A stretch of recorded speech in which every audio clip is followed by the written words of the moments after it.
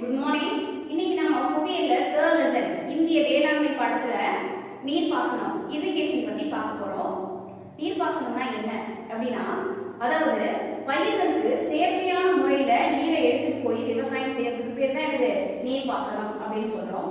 இந்தியாவை பாத்தீங்கன்னா சீரற்ற மலைப்பரவல் கொண்ட நாடு, அதே சமயத்துல அதிக வெப்பநிலை இருக்கக்கூடிய நாடு. அப்ப கோடை காலத்துல நம்ம விவசாயம் செய்யணும்னா என்னதான் வேணும்? நமக்கு எந்த பகுதியில தண்ணி இருக்கோ அங்க இருந்து தண்ணி இல்லாத பகுதிகளுக்கு எடுத்துட்டு போய் நம்ம என்ன செய்ய வேண்டியிருக்கு?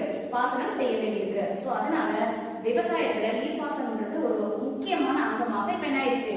மாறி போயிடுச்சு. சரி, இப்ப நீர் மூல ஆதாரங்கள் எது அப்படின்னு பாத்தீங்கன்னா, நிலத்தோற்றம், மண், மழை, நிலநீர், நிலத்தடி நீர், அப்புறம் ஆற்றின் இயல்பு. ஆற்றின் இயல்புனா என்னது? அது வற்றுகின்ற ஆறா வற்றாத ஆறா அதை பொறுத்து. அதுக்கப்புறம் பயிர்களுடைய தன்மை தேவை. சோ அதுக்கு ஏற்ப இது எல்லாத்தையும் அடிப்படையாக கொண்டு அந்த பகுதியில பல்வேறு வகையான நீர்ப்பாசனம் பயன்பாட்டுல இருக்கு. சோ என்னென்ன வகையான நீர்ப்பாசனங்கள் இருக்கு அப்படின்றத பத்தி இப்போ நாம பார்க்கலாம். கால்வாய் பாசனம், கெனால் இரிகேஷன் இந்தியாவில் 24% விவசாயத்திற்கு பயன்படுத்தப்படுது. அடுத்தது கிணற்று பாசனம், வெல் இரிகேஷன். இது 62% பயன்பாட்டில் இருக்கு. இந்த கிணற்று பாசனத்தை 2 பிரிவாக பிரிக்கலாம். ஒன்று திறந்தவெளி கிணறுகள், ஓப்பன் வெல்ஸ். இந்த ஓப்பன் வெல்ஸ் 16% பயன்பாட்டில் இருக்கு. இரண்டாவது ஆழ்துளை கிணறுகள். ஆழ்துளை கிணறுகள் 46% பயன்பாட்டில் இருக்கு. மூன்றாவது ஏரி பாசனம், டேங்க் இரிகேஷன். இது 3% விவசாயத்திற்கு பயன்படுகிறது. ஓகே ஸ்டூடண்ட்ஸ், இப்போ நீர் பாசனங்கள் என்னென்ன இருக்கு அப்படின்றத பத்தியும் இப்ப நம்ம பார்த்த 3 பாசனமே மிக பழமையான பாசனங்கள். சோ அது எத்தனை சதவீதம் இந்தியாவில் பின்பற்றப்படுது அப்படின்றத பத்தியும் பார்த்தோம். இப்போ அது ஒவ்வொன்றையும் பத்தி டீடைலா பார்க்கலாம். சோ ஃபர்ஸ்ட் நம்ம பார்க்க போறது கால்வாய் பாசனம், கெனால் இரிகேஷன். அதாவது இந்தியாவினுடைய 2வது முக்கியமான பாசனம் தான் எது? இந்த கெனால் இரிகேஷன். அதாவது தாழ்வான பகுதியாக இருக்கணும், அதே சமயத்துல பருமனான மண் அந்த பகுதியில் இருக்கணும், அதிகமான நீர் மூலம் இருக்கணும், அப்புறம் வற்றாத நதிகள் இருக்கணும். சோ இந்த மாதிரி பகுதியில தான் எது காணப்படுது? இந்த கால்வாய்கள் காணப்படுகிறது. சோ இந்த கால்வாய் பாசனத்தின் மூலமாக நீரானது என்ன செய்யுது? அதாவது எந்த பகுதியில நீர் அதிகமாக இருக்கோ அந்த பகுதியில இருந்து ஆறுகளில் இருந்து என்ன செய்யுது? தண்ணி எடுத்து போய் நம்ம பாசனத்துக்கு பயன்படுத்துறோம். இந்த கால்வாய் பாசனத்தை நம்ம 2 பிரிவா பிரிக்கலாம். என்ன அப்படின்னு பாத்தீங்கன்னா, ஒண்ணு வெள்ளப்பெருக்கு கால்வாய், இன்அண்டேஷன் கெனால்ஸ் அப்படின்னு சொல்றது.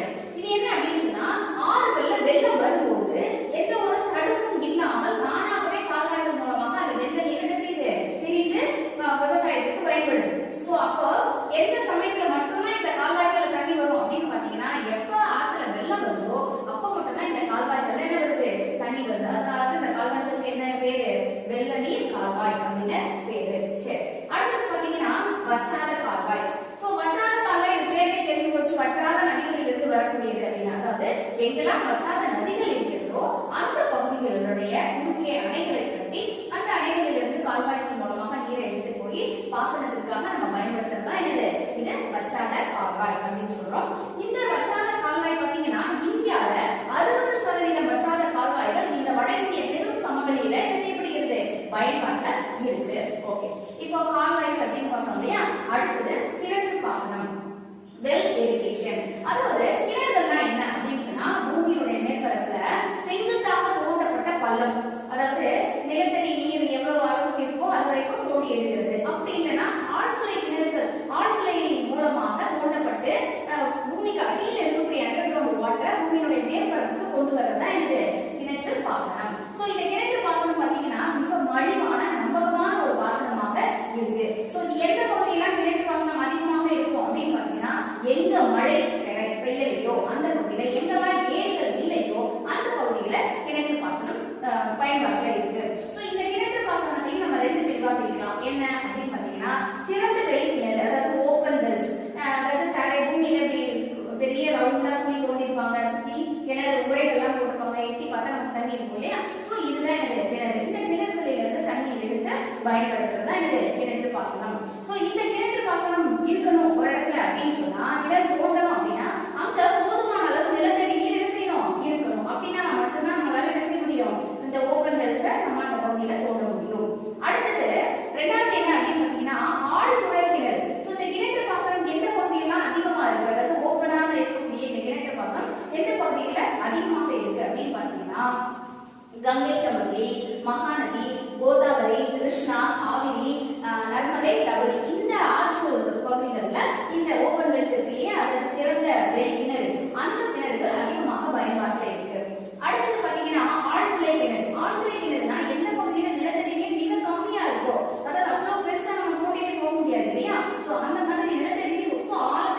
அப்படின்னு சொன்னாங்கன்னா மெஷின் மூலமா சிறு துளாய், அதாவது சிறு ஓட்டை, சரியா, சிறிய ஓட்டை அப்படியே பெருசா உள்ள கூடிய ஒரு எந்திரம் ட்ரில் பண்ணிட்டே போகும். அப்படியே போட்டு பெரிய குழாய்களை உள்ள இறக்கி என்ன செய்வாங்க, பூமிக்கு அடியில் இருக்கக்கூடிய அண்டர் கிரவுண்ட் வாட்டர் மேலே எடுப்பாங்க. சோ இந்த மாதிரி ஆழ்துளை கிணறுகள் போடுறதுக்கு என்ன இருக்கணும், எந்த பகுதியில அந்த மாதிரி போட முடியும் அப்படின்னா மென்மையான பாறைகள் இருக்கணும். ரொம்ப கடினமான பாறைகளை குறைஞ்சு என்ன செய்ய முடியாது, எடுக்க முடியாது. சோ மென்மையான பாறைகள் எந்த பகுதியில் இருக்கோ அந்த பகுதிகள்ல.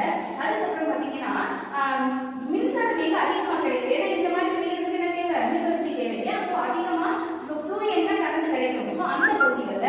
அதுக்கப்புறம் பாத்தீங்கன்னா நிலத்தடி நீர் எந்த இடத்துல கம்மியா இருக்கோ அந்த பகுதி, கம்மியா இருந்துச்சுன்னா நம்ம இன்னும் ரொம்ப ஆழமா போகணும் இல்லையா. சோ அந்த பகுதிகளில் தான் ஆழ்துளை கிணறுகள் என்ன செய்யப்படுகிறது, தோண்டப்படுகிறது. சோ இந்த ஆழ்துளை கிணறுகள் இந்தியாவில் எந்தெந்த பகுதிகளில் அதிகமாக பயன்பாட்டில் இருக்கு அப்படின்னு பாத்தீங்கன்னா குஜராத், மகாராஷ்டிரா, தமிழ்நாடு, மத்திய பிரதேசம், பஞ்சாப் இந்த பகுதிகளில் ஆழ்துளை கிணறுகள் அதிகமாக பயன்பாட்டில் இருக்கு. அடுத்தது ஏரி பாசனம், டேங்க் இரிகேஷன். அதாவது ஏரினா என்ன அப்படின்னு சொன்னா பூமியுடைய மேற்பகுதியில இயற்கையாக அமைந்த பள்ளங்கள்ல நீர் தேங்கி இருக்கிறது. அப்படி இல்லைன்னா மனுஷனால தோண்டப்பட்ட ஆழமான பள்ளங்கள்ல தண்ணியை சேமிச்சு வைக்கிறது. இதுதான் என்னது, ஏரிகள் அப்படின்னு சொல்றோம். இந்த ஏரிகள் இருக்கக்கூடிய நீரை நம்ம எப்ப பாசனத்துக்கு பயன்படுத்தணுமோ அது வந்து ஏரி பாசனம் அப்படின்னு அழைக்கப்படுது. சரி, இந்த ஏரிகள் என்ன பண்றாங்க அப்படின்னு சொன்னா ஆறுகளுடைய, அதாவது வற்றாத ஆறுகள் இருக்கு இல்லையா, வற்றாத ஆறுகள் இல்ல, வற்றுகின்ற ஆறுகள், அந்த பகுதியில நடுவுல என்ன செய்யறாங்க, பெரிய ஏரிகளை தோண்டி, குறுக்கே ஆற்றினுடைய குறுக்கே பெரிய ஏரிகளை தோண்டி அதை சுத்தி கரைகளை கட்டி வச்சிடறாங்க. அப்ப எப்ப அதுல தண்ணி வருதோ அப்ப அந்த வெள்ளம் வர நேரத்துல அந்த குழிகள்ல, ஏரிகள் இருக்கக்கூடிய குழிகள்ல என்ன ஆயிடுது, நீர் சேமிக்கப்படுது. அப்ப தண்ணி இல்லாத சமயத்துல அந்த ஏரிகள் இருக்கக்கூடிய ஆறு தண்ணி வராத சமயத்துல அந்த ஏரிகள்ல இருக்கக்கூடிய நீரை நம்ம என்ன செஞ்சுக்கிறோம், பாசனத்திற்கு பயன்படுத்திக்கிறோம். சரியா. சோ இது வந்து இந்தியாவினுடைய மிக பழமையான ஒரு முறை. அடுத்தது பாத்தீங்கன்னா ஏரி அப்படின்னு சொன்னா பெரிய ஏரிகள் மட்டும் இல்ல, குளங்கள், கண்மாய்கள், இது எல்லாமே எதுல தான் வருது, இந்த ஏரி பாசனத்துல வருது. சோ இது பாத்தீங்கன்னா இந்த மூணுமே இந்தியாவினுடைய மிக பழமையான பாசன வசதிகள். இது 2ஆம் நூற்றாண்டுல கலிங்கா சோழன் வந்து காவிரியின் குறுக்கே கல்லணைகள் கட்டி கால்வாய்கள் வழியாக என்ன செஞ்சிருக்காரு, நீரை பாசனத்திற்கு எடுத்துட்டு போயிருக்காரு. இப்போ ஏரிகள் வந்து சிறப்பா செயல்படுறதுக்கு என்னென்ன காரணம் அப்படின்னு பாத்தீங்கன்னா நம்ம 5 காரணம் சொல்லலாம். ஒண்ணு என்ன அப்படின்னா எந்த பகுதியில கடினமான பாறைகள் இருக்கோ அங்க நம்மளால என்ன செய்ய முடியாது, கிணறு தோண்ட முடியாது. எங்க சமமற்ற நிலம் இருக்கோ அங்க நம்மளால கால்வாய்கள் தோண்ட முடியாது. சோ அப்படிப்பட்ட பகுதிகள்ல எதுதான் வசதி, ஏரிகள் தான் வசதி. சோ அந்த மாதிரி ஏரியாக்கள்ல ஏரிகள் அதிகமாக இருக்கு. 1ஆவது பாயிண்ட். 2ஆவது என்ன அப்படின்னா இயற்கையாகவே உருவான பள்ளங்கள் இருக்கு இல்லையா, அந்த பள்ளங்கள் ஏரிகளாக என்ன செய்யுது, பயன்படுது. 3ஆவது ரீசன் என்ன அப்படின்னா எங்கெல்லாம் வற்றாத ஆறுகள் இல்லையோ, வற்றாத ஆறுகள் இல்லாத சமயத்துல நாம என்ன செய்யறோம், குழிகளை தோண்டி ஏரிகளை உருவாக்கி பயன்படுத்துறோம், அந்த நீரை பயன்படுத்துறோம். அடுத்தது 4ஆவது என்ன அப்படின்னா நீர் புகா பாறைகள், அதாவது இம்பெர்மியபிள் ராக்ஸ். இந்த ராக்ஸ் வந்து தனக்குள்ள நீரை என்ன செய்யாது, உள்ள போறதுக்கு, பெனிட்ரேட் ஆகி உள்ள போறதுக்கு அலோவ் பண்ணாது. அதாவது பாறைகள் மேல தண்ணி தேங்கும் போது அந்த பாறைகள் இருக்கக்கூடிய கரையக்கூடிய பொருட்கள் அந்த நீர்ல வினை புரிஞ்சு என்ன ஆயிரும், கரைஞ்சிடும். கரையும் போது ஓட்டை விழுகும். அந்த ஓட்டை வழியாக நீர் என்ன செஞ்சிடும், உள்ள போயிடும். சோ இந்த இம்பெர்மியபிள் ராக்ஸ் வந்து என்ன செய்யாது, கரையாது, கடினமான பாறைகளா இருக்கும். அப்படிப்பட்ட பாறைகள் பூமியில இருக்கும்போது அது மேல இருக்கக்கூடிய தண்ணீரானது என்ன செய்யாது, ஊடுருவி உள்ளே போகாது. அப்ப அது ஸ்டாப்ல அவங்க என்ன செய்ய ஆரம்பிச்சிடும், தேங்க ஆரம்பிச்சிடும். சோ அந்த மாதிரி பாறைகள் இருக்கக்கூடிய இடங்கள்ல ஏரிகள் உருவாகிறது. அடுத்து லாஸ்ட் ஒன், 5th ஒன் என்ன அப்படின்னா முக்கியமானது, எங்கெல்லாம் மிக குறைவான மக்கள் தொகை பரவல் இருக்கிறதோ அங்கும், எங்கெல்லாம் விவசாயம் குறைவாக, வேளாண்மை குறைவாக நடைபெறுகிறதோ அந்த பகுதிகளில் ஏரிகள் சிறப்பாக இருக்கு. காரணம் என்னவா இருக்கும், எங்கெல்லாம் மக்கள் தொகை ஜாஸ்தியா இருக்கோ அப்ப மக்கள் என்ன பண்ண ஆரம்பிச்சிடாங்க, ஏரிகளை ஆக்குபை பண்ணி அதெல்லாம் வீடு கட்டி அந்த பக்கத்துல ஏரி இருந்ததுக்கான அடையாளமே இல்லாம பண்ணிடுறாங்க இல்லையா. சோ அந்த மாதிரி மக்கள் குறைவாக இருக்கக்கூடிய பகுதிகளில் ஏரிகள் என்ன சிறப்பாக செயல்படுகிறது. சரி, இப்போ நம்ம வந்து இந்தியாவினுடைய மிக பழமையான முறைகள், அதாவது பாசன வசதிகள் என்னென்ன இருக்கு அப்படின்றத பத்தி பார்த்தோம். இது வந்து பழங்கால முறைகள் இல்லையா. சோ இதையே தான் நம்ம இன்னும் ஃபாலோ பண்ணிட்டு வரோமா அப்படின்னா இல்ல, இதோட சேர்த்து இன்னும் சில முறைகளை பயன்படுத்துறோம். ஏன் அப்படின்னா இந்தியா, நம்ம ஆல்ரெடி சொன்ன மாதிரி இந்தியா வந்து மழைப்பரவல் சீரற்று இருக்கு, வெப்பநிலை ஜாஸ்தியா இருக்கு, கோடை காலங்கள்ல தண்ணி இல்ல. சோ அந்த மாதிரி சமயத்துல நம்ம நீரை சேமிச்சு வைக்கக்கூடிய கட்டாயத்துக்கு தள்ளப்பட்டிருக்கோம். அப்ப நீரை சேமிக்கணும் அப்படின்னு சொன்னா விவசாயத்துக்கும் நம்ம குறைந்த அளவு நீரை பயன்படுத்தி அதிக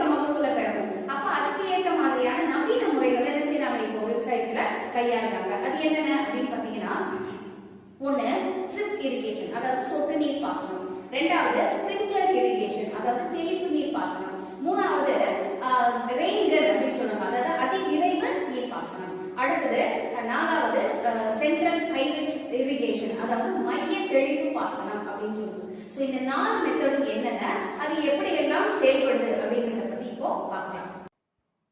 சொட்டு நீர் பாசனம், ட்ரிப் இரிகேஷன். இவ்வகை பாசனம் இஸ்ரேல் நாட்டில தான் முதல்ல அறிமுகப்படுத்தப்பட்டது. இந்த முறையில நீரானது குழாய்களில் உள்ள துவாரங்கள் வழியாக நீர் துளி துளியாக பயிர்களுக்கு கொடுக்கப்படுது. இந்த பாசனத்தின் மூலம் 70% நீர் சேமிக்கப்படுது. அடுத்தது தெளிப்பு நீர் பாசனம், ஸ்பிரிங்க்லர் இரிகேஷன். ரொம்ப எளிமையான சுலபமான நீர்ப்பாசன முறை. இந்த முறையில குழாயில உள்ள போடப்பட்டுள்ள நுண்துளைகள் வழியாக பயிர்களுக்கு நீர் பாய்ச்சப்படுது. இந்த பாசனத்தை சமமில்லாத பகுதிகளில் கூட நாம பயன்படுத்தலாம். அடுத்தது வேக தெளிப்பு நீர்ப்பாசனம், ரெயின்கன் இரிகேஷன். இவ்வகை நீர்ப்பாசனத்துல நீரானது குறுகிய குழாயின் மூலமாக மிக வேகமாக செலுத்தப்படுது. 4 மீட்டர் உயரம் வளர்ந்த பயிர்களுக்கு கூட இந்த முறையின் மூலம் நீர்ப்பாசனத்தை நம்ம செய்யலாம். எடுத்துக்காட்டா கரும்பு, சோள பயிர்களுக்கும் பாசனம் ரொம்ப உதவியா இருக்கு. அடுத்தது மைய தெளிப்பு நீர்ப்பாசனம், சென்ட்ரல் பைவட் இரிகேஷன், அதாவது வட்ட சக்கர நீர்ப்பாசனம் அப்படின்னு இது அழைக்கப்படுது. இதுக்குரிய உபகரணத்தினுடைய மைய பகுதியில் உள்ள கருவி சுழன்று அதை சுற்றி உள்ள பயிர்களுக்கு நீர்ப்பாசனத்தை அளிக்கிறது. ஓகே ஸ்டூடெண்ட்ஸ், இப்போ நம்ம நவீன நீர்ப்பாசன முறைகள் பத்தி பார்த்தோம் இல்லையா? அடுத்தது பல்நோக்கு ஆற்று பள்ளத்தாக்கு திட்டம். அதாவது இது ஒரு அறிவியல் முறையிலான நீர் வள மேலாண்மை திட்டம் தான் இது, இந்த பல்நோக்கு ஆற்று பள்ளத்தாக்கு திட்டம். அதாவது ஆற்றின் குறுக்கே பல்வேறு காரணங்களுக்காக, பல்வேறு நோக்கங்களுக்காக கட்டப்படுகின்ற அணை அப்படிங்கிறதுனாலதான் இது என்ன அழைக்கப்படுகிறது, பல்நோக்கு ஆற்று பள்ளத்தாக்கு திட்டம் அப்படின்னு அழைக்கப்படுகிறது. இதுல முக்கியமான நோக்கங்கள் என்னென்ன அப்படின்னு பாத்தீங்கன்னா, ஃபர்ஸ்ட் முதல் காரணம் நீர்ப்பாசனம், இரண்டாவது நீர் மின் சக்தி, மூன்றாவது என்ன அப்படின்னா குடிநீர் வசதிக்காக, நாலாவது அப்படின்னா தொழிற்சாலைகளுக்கு தேவையான நீரை வழங்குவதற்காக, ஐந்தாவது வெள்ள தடுப்பிற்காக, அடுத்த 6 மீன் வள மேம்பாட்டிற்காக, 7வது என்ன அப்படின்னா நீர்வழி போக்குவரத்திற்காக. சோ இந்த மாதிரி பல்வேறு காரணங்களுக்காக ஆற்றின் குறுக்கே இந்த அணைகள் கட்டப்பட்டு என்ன அழைக்கப்படுகிறது, பல்நோக்கு ஆற்று பள்ளத்தாக்கு திட்டங்கள் அப்படின்னு அழைக்கப்படுது. சோ இந்த நம்ம பார்த்த இந்த நோக்கங்கள்ல மிக முக்கியமான நோக்கம் 2 இருக்கு. அந்த நோக்கங்களுக்காக தான் அதிகமாக என்ன செய்யப்படுது, இந்த அணைகள் கட்டப்படுது. அது என்ன அப்படின்னா நீர்ப்பாசனத்திற்காகவும் நீர் மின் சக்தி உற்பத்திக்காகவும் தான் என்ன செய்யப்படுகிறது, இந்த திட்டங்கள் அதிக அளவுல பயன்படுத்தப்படுது. அடுத்தது பாத்தீங்கன்னா பிரதான் மந்திரி கிருஷி சிஞ்சாயி யோஜனா, அதாவது PMKY அப்படின்னு அழைக்கப்படுது. சோ இது எதுக்காக நம்மளுடைய சென்ட்ரல் கவர்மெண்ட் இந்த திட்டத்தை அறிமுகப்படுத்தினாங்க அப்படின்னா, நீர்வள மேம்பாட்டை, அதாவது குறைந்த அளவு நீர்ல அதிக மகசூலை பெறுவது ஒன்றாவது நோக்கம். இரண்டாவது நோக்கம் என்ன அப்படின்னா தண்ணீர் தட்டுப்பாட்டை மேம்படுத்துவது. சோ இந்த 2 காரணங்களுக்காகவும் மத்திய அரசால் அறிமுகப்படுத்தப்பட்ட திட்டம் தான் இது, இந்த பிரதான் மந்திரி கிருஷி சிஞ்சாயி யோஜனா. சரி, இப்ப அந்த ஆற்று பள்ளத்தாக்கு திட்டங்கள் அப்படின்னு சொன்னோம் இல்லையா? சோ இந்தியால நிறைய ஆற்று குறுகிய அணைகள் கட்டப்பட்டு இந்த நோக்கங்கள் செயல்படுத்தப்படுது. அதுல முக்கியமான சிலதை நம்ம இப்போ பார்க்கலாம். இது அதாவது பக்ரா நங்கல் அணை. இந்த அணை சட்லஜ் நதியினுடைய குறுக்கே கட்டப்பட்டுள்ளது. இதுல டிஎன்பிஎஸ்சி क्वेश्चन ஒன்னு இருக்கு, என்ன அப்படின்னா உலகின் மிகப்பெரிய புவியீர்ப்பு அணை எது அப்படின்னு கேட்கலாம். சரியா? சோ கிராவிடேஷனல் டேம் அப்படின்னு சொல்றது, the largest gravitational dam எது அப்படின்னா பக்ரா நங்கல். அது எந்த ஆற்றின் குறுக்கே கட்டப்பட்டுள்ளது, சட்லஜ் நதியின் குறுக்கே கட்டப்பட்டுள்ளது. சோ இந்த அணைனால பாத்தீங்கன்னா பஞ்சாப், ஹரியானா, ராஜஸ்தான் இந்த மாநிலங்கள் எல்லாம் இந்த அணையின் மூலமாக பயனடைகிறது. அடுத்தது தெஹிரி அணை. இந்த தெஹிரி அணை பாகீரதி அணை பாகீரதி ஆற்றின் குறுக்கே கட்டப்பட்டுள்ளது. பாகீரதி ஆறு எது அப்படின்னா இது நீங்க ஃபர்ஸ்ட் லெசன்ல படிச்சிருப்பீங்க, அந்த ஆறுதல் பாடத்துல பாச்சு படிக்கும் போது கங்கை கங்கோத்திரி பனியாறிலிருந்து பாகீரதி என்ற நதியாக உருவாகிறது அப்படின்னு படிச்சிருப்பீங்க இல்லையா? சோ அந்த கங்கை ஆறு போன்ற இடம், சோ அந்த இடத்துல அதோட பேர் பாகீரதி. அந்த இடத்துலதான் இந்த அணை என்ன செய்யப்பட்டிருக்கு, கட்டப்பட்டுள்ளது. இது உத்தரகண்ட் மாநிலத்தில் இருக்கு. சோ இந்த உத்தரகண்ட் மாநிலம் இந்த அணையால என்ன செய்கிறது, பயனடைகிறது. சோ இதுல ஒரு டிஎன்பிஎஸ்சி क्वेश्चन இருக்கு, என்ன அப்படின்னா இந்தியாவின் மிக உயரமான அணை எது அப்படின்னா தெஹிரி அணை. சரியா? அடுத்தது சம்பல் அணை. இது வந்து சம்பல் நதியில கட்டப்பட்டுள்ளது. இந்த நதியினால பாத்தீங்கன்னா ராஜஸ்தான், மத்திய பிரதேசம் இந்த மாநிலங்கள் பயனடைகிறது. அடுத்து பாத்தீங்கன்னா கோசி அணை. கோசி ஆற்றின் குறுக்கே கட்டப்பட்டுள்ளது.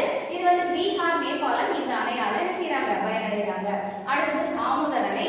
இந்த தாமோதர் அணை வந்து தாமோதர் நதியின் குறுக்கே கட்டப்பட்டுள்ளது. இந்த அணையினால மேற்கு வங்காளம், ஜார்க்கண்ட் இந்த 2 மாநிலங்களும் இந்த அணையால பயனடைகிறாங்க.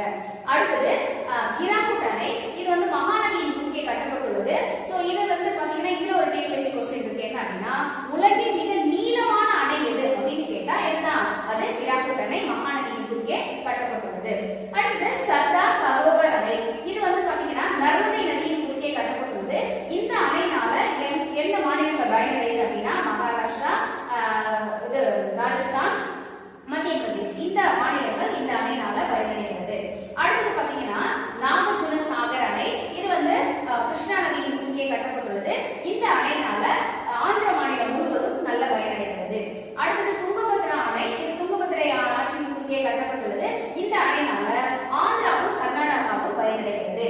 அடுத்து மேட்டூர் அணை. இது காவிரி ஆற்றின் குறுக்கே கட்டப்பட்டுள்ளது. இந்த அணையினால தமிழ்நாடு பயனடைகிறது. சோ இந்தியாவில் இருக்கக்கூடிய முக்கியமான ஆற்று பல்நோக்கு திட்டங்களை பத்தி நம்ம பார்த்தோம். சோ இதுல இருக்கக்கூடிய முக்கியமான क्वेश्चंस 3 டிஎன்பிஎஸ்சி क्वेश्चंस இதுல கேட்பாங்க. 3 இல்ல, இது வந்து இந்த அணை குறித்த ஆறுகள் எந்த ஆற்றில கட்டப்பட்டுள்ளது அப்படின்னு கேட்கலாம். என்ன மாநிலங்கள் இதனால பயனடைகிறது அப்படின்றத கேட்கலாம். இல்லாட்டி ஆற்றின் குறுக்கே என்ன அணை கட்டப்பட்டுள்ளது அப்படின்னு கேட்கலாம். இல்லாட்டி உலகின் நீளமான அணை எது, ஹிராகுட் அணை. உலகினுடைய இந்தியாவின் உயரமான அணை எது, திகிரி அணை.